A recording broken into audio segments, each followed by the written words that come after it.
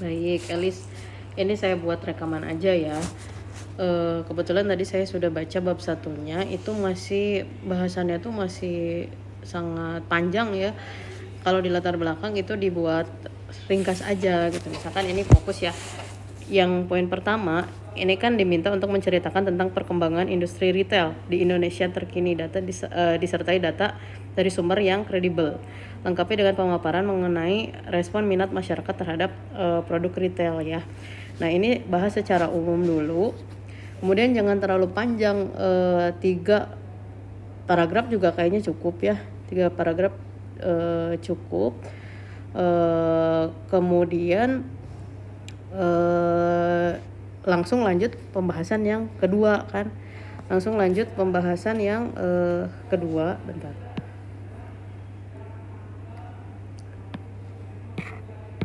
langsung dilanjut aja pembahasan yang kedua nih kan.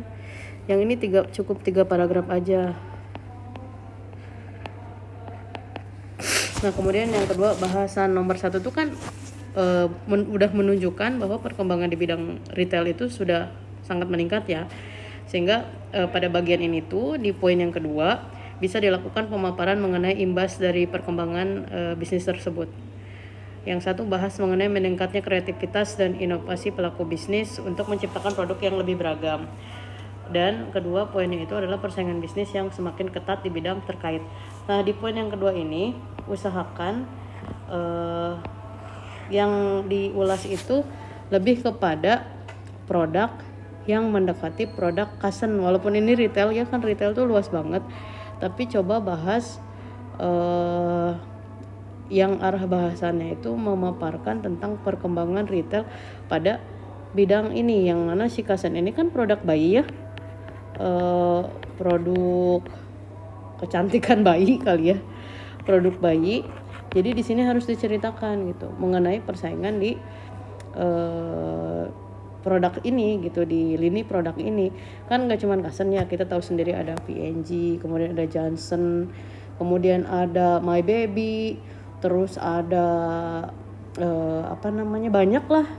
Seingat saya tuh banyak banget dulu itu pas anak saya masih kecil-kecil, produk sejenis itu tuh banyak banget gitu. Nah yang Elis buat di proposal terbarunya itu nggak mengulas tentang bidang ini gitu, tapi retail yang secara umum. Adapun emang mengenai bisnis retail harus dibahas juga ya, karena ini termasuk retail, tapi di poin yang pertama aja yang cuma 3 paragraf ini. Nah di poin yang kedua mulai bahasnya tuh mengarah kepada produk yang relate gitu, relevan dengan si produk Cousin Baby ini. Kan di sana tuh berarti kreativitasnya semakin banyak ya, karena produknya juga kita ketahui kalau kita pergi ke misalnya ke Borma, produk-produk kecantikan bayi itu kan banyak banget ya jenisnya, dari minyak telon, kemudian ada baby creamnya, ada ras creamnya gitu, dan lain-lain gitu. Nah itu tolong diulas dan jangan terlalu panjang.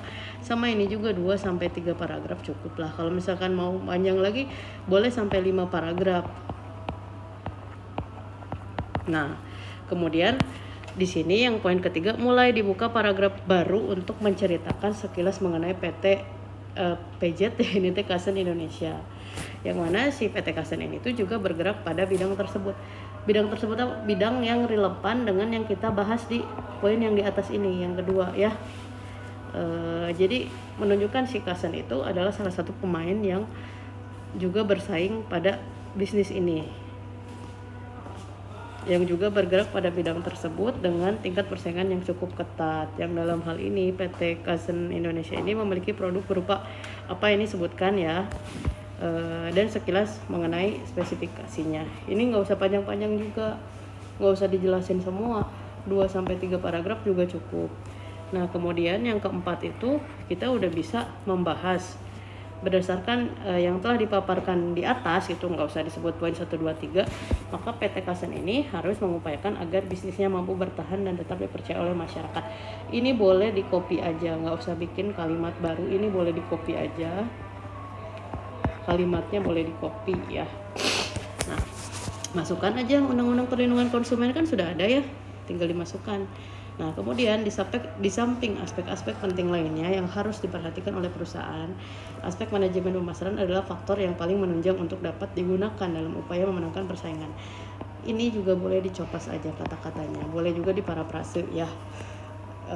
Kemudian masukkanlah teori dari pakar mengenai manajemen pemasaran ya. Teori definisi aja bahwa bahwa manajemen pemasaran itu adalah bla bla bla bla bla. Ini teori dari manajemen pemasaran ya, dimasukkan gitu. Jelaskan sekilas mengenai pentingnya manajemen pemasaran bagi suatu perusahaan atau organisasi bisnis. Oke, terus kemudian ini lanjutkan pembahasan yang nomor 5 kan. Nah, efektivitas manajemen pemasaran dalam perusahaan dapat diukur salah satunya melalui kinerja penjualan produk perusahaan. Yang mana dari sini perusahaan dapat mengetahui bagaimana aspek keputusan pembelian konsumen pada produknya. Ini boleh di-copy juga. Masukkan teori pakar mengenai keputusan pembelian. Nah, ini tinggal masukkan aja. Nah, teorinya mengenai keputusan pembelian. Nah, mungkin kamu memasukkan data SDM itu karena ada kinerja ya. Kinerja yang dimaksud di sini tuh bukan kinerja dalam ranah SDM, tapi kinerja penjualan produk, bukan kinerja pekerjaan untuk mengukur pekerjaan karyawan ya, tapi kinerja penjualan produk. Oke. Nah, masukkan teori dari pakar mengenai keputusan pembelian. Kemudian jelaskan sekilas mengenai pentingnya faktor keputusan pembelian bagi suatu perusahaan atau organisasi bisnis. Kemudian untuk mengetahui gambaran keputusan pembelian pada produk PT PJCI, maka disajikan data penjualan. Tinggal masukin aja tabel 14 nih ya, yang kinerja penjualan. Kemudian dilakukan pemaparan efektif terkait data gitu. Jelaskan 2 kondisi terparah yang menunjukkan penurunan target. Kemudian masukkanlah paragraf ini gitu ya. Dimasukkan kalimat ini, nggak apa-apa nih. Pemaparan di atas mengindikasikan bahwa keputusan pembelian pada produk Kasen Baby di Kota Bandung belumlah optimal. Yang mana hal ini diduga disebabkan karena faktor X1-nya. X1-nya itu apa ya? Ditulis ya, X1-nya bukan ditulis X1 tapi variabelnya. Pada produk Kasen Baby itu yang belum ada produk Kasen Baby belum optimal. Nah, kemudian masuk bahasan yang berikutnya, paragraf baru nih. Mungkin yang ini bisa beberapa paragraf ya. Nah, kemudian dilanjut dengan pembahasan yang poin yang ke-6. Idenya nih, maksudnya yang poin-poin itu tuh adalah ide yang mau dibahas gitu. Main ID-nya apa gitu dari beberapa paragraf yang dibuat itu. Kalau di latar belakang memang kita harus seotentik mungkin, seasli mungkin tulisan tangan kita. Kalau di bab selanjutnya itu boleh copy paste. Walaupun di sini juga latar belakang boleh beberapa di copy paste, tapi originalitasnya, otentiknya, hasil karya penulisan kitanya itu lebih banyak memang di latar belakang.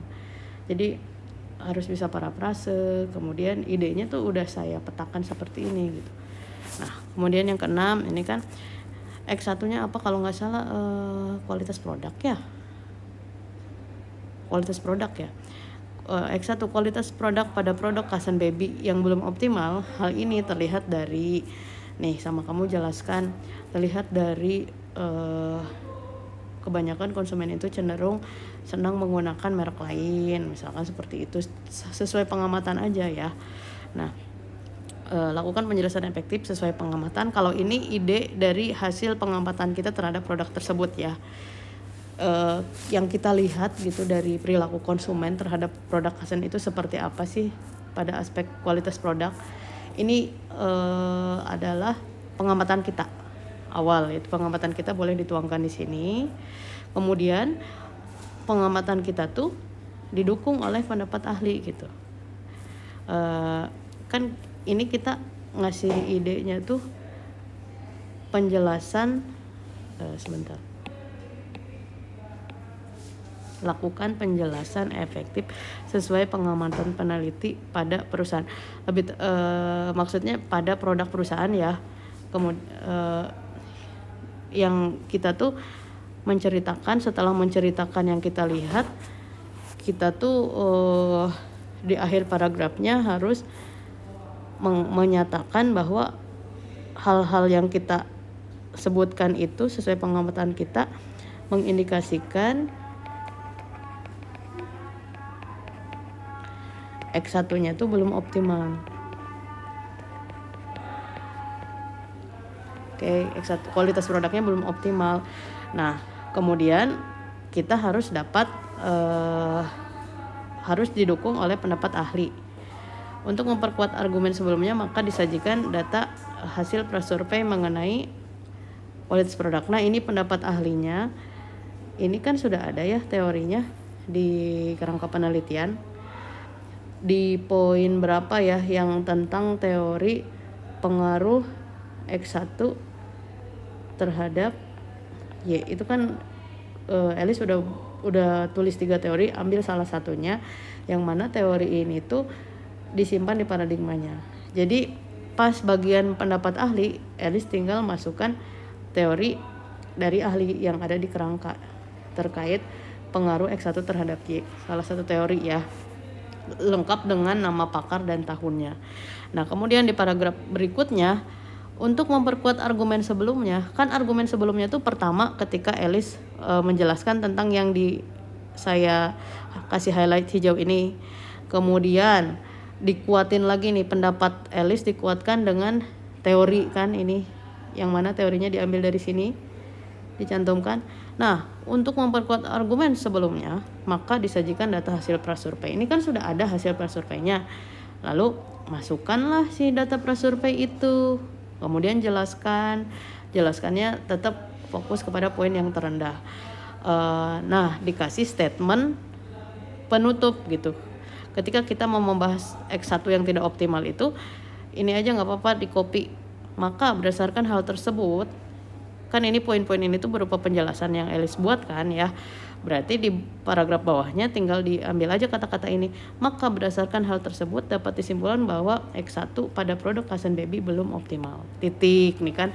Ini berarti selesai nih bahas permasalahan X1-nya. X1 sudah selesai. Kemudian kita bahas lagi yang kedua ya, selain faktor X1 yang belum optimal nih, X1-nya kan kualitas produk, selain faktor kualitas produk, faktor lain yang diduga menyebabkan keputusan pembelian yang belum optimal adalah faktor X2 pada produk Cousin Baby yang belum optimal. X2-nya ini ada promosi ya kalau nggak salah ya. Nah, terus udah aja titik, ini mah cuman gitu doang. Kemudian masuk paragraf berikutnya. X2 promosi yang belum optimal. Hal ini terlihat dari, nah ini dilakukan lagi penjelasan efektif terkait X2 yang belum optimal, tapi sesuai pengamatan dari Alice gitu. Promosinya kurang bagus, ceritain aja promosinya apalah, kan Alice yang lebih paham, harus lebih paham ya, karena mengambil produk ini, bandingkan aja dengan kompetitornya. Dan saya yakin juga emang di zaman sekarang ibu-ibu yang beli produk itu mungkin akan ngelihat harganya gitu kan. Jadi untuk promosi mungkin ada iklannya, ada gitu, pasti ada, tapi banyak para konsumen itu tidak aware dengan promosinya, atau mungkin ada potongan harganya dan lain-lain. Pokoknya ini sama Alice dijelaskan aja. Nah, kemudian pendapat tersebut harus didukung oleh pendapat ahli. Kan sudah ada ya, ini juga sudah ada teorinya. Sejalan dengan teori dari pakar B misalkan, yang mana teorinya tuh ambil dari kerangka pemikiran juga, yang membahas mengenai pengaruh X2 terhadap Y di kerangka ya. Ini dan ini itu ada di kerangka. Diambil satu teori yang juga Alice cantumkan teori tersebut di paradigmanya ya. Nah, untuk memperkuat argumen sebelumnya, maka disajikan data hasil prasurvei mengenai X2 ini ya. Kan ini sudah disebar juga prasurveinya. Alice tinggal masukkan tabel 16, kemudian bahas saja ya, terutama di poin yang masih tidak optimalnya. Tutup aja nih kan pakai kalimat penegasan gitu. Maka berdasarkan hal tersebut dapat disimpulkan bahwa X2 pada Cousin Baby belum optimal. Nih, udah selesai ya. Membahas X1 sudah selesai di sini, bahasan X2 selesai di sini, oke. Nah, kemudian kita tinggal bikin tinggal memasukkan 2 atau 3 paragraf mengenai betapa pentingnya X1 dan X2 dalam menciptakan keputusan pembelian yang optimal bagi perusahaan. Nah, masukkan teori pada kerangka, tuh kan di poin 2.4, masukin aja tuh semuanya ya. Nah, lalu kita sampailah di poin yang ke-10. Paragraf baru lagi nih, poin ke-10. Berdasarkan uraian di atas, juga didukung oleh pendapat para ahli. Bener kan? Di atas itu Ellis menguraikan banyak sekali hasil pengamatan Ellis, kemudian diperkuat oleh prasurvei, diperkuat juga oleh pendapat ahli kan. Maka penulis merasa tertarik untuk mengambil judul pengaruh X1 dan X2 terhadap keputusan pembelian produk Cousin Baby di kota Bandung. Udah selesai. Nah, jadi bab 1 tuh nggak usah panjang-panjang, palingan juga 8 sampai 10 sampai 12 lembar. Tapi jangan terlalu sedikit juga ya, misalnya 5 lembar. Itu tuh biasanya mengembangkan poin 1 sampai poin ke-10 tuh rata-rata di sampai 8 sampai 10 lembar. Kemudian identifikasi masalah ini kan udah baku semua ya. Ini cuman tinggal copy paste dan sesuaikan variabelnya dengan variabel yang kita ambil. Oke. Jadi sama Ellis diperiksa lagi ya. Kalau data sih sudah ada. Cuman tinggal penyesuaian nih. Lumayan emang latar belakang tuh karena tadi saya sampaikan ya, ini tuh adalah harus dibuat seotentik mungkin. Apalagi sekarang mah kalau copy paste itu ada Google Lens kan. Bisa sampai kita memeriksa screenshot, kemudian masukkan ke Google, nanti tuh bisa ke-track ini tuh ngopinya dari mana aja. Jangan sampai plagiarismenya itu di ambang yang sangat tinggi gitu. Jadi usahakan bab 1 itu pakai kata-kata sendiri. Nah, idenya kan udah saya buatkan poin-poinnya ya. Jadi tinggal Ellis perbaiki lagi. Yang tadi sudah ada beberapa ya penjelasannya, cuman dibuat lebih ringkas lagi dan lebih disesuaikan dengan lokusnya. Dalam hal ini kan walaupun produk retail, tapi retail itu kan sangat luas. Cousin Baby kan produknya produk yang untuk treatment bayi. Jadi di poin kedua nih ya, di poin kedua ini Ellis harus memutar otaknya. Gimana caranya biar bisa menceritakan tentang perkembangan retail tapi di bidang itu, di bidang produk perawatan bayi. Nah, oke, kira-kira mungkin seperti ini aja ya. Tolong direvisi lagi, semangat.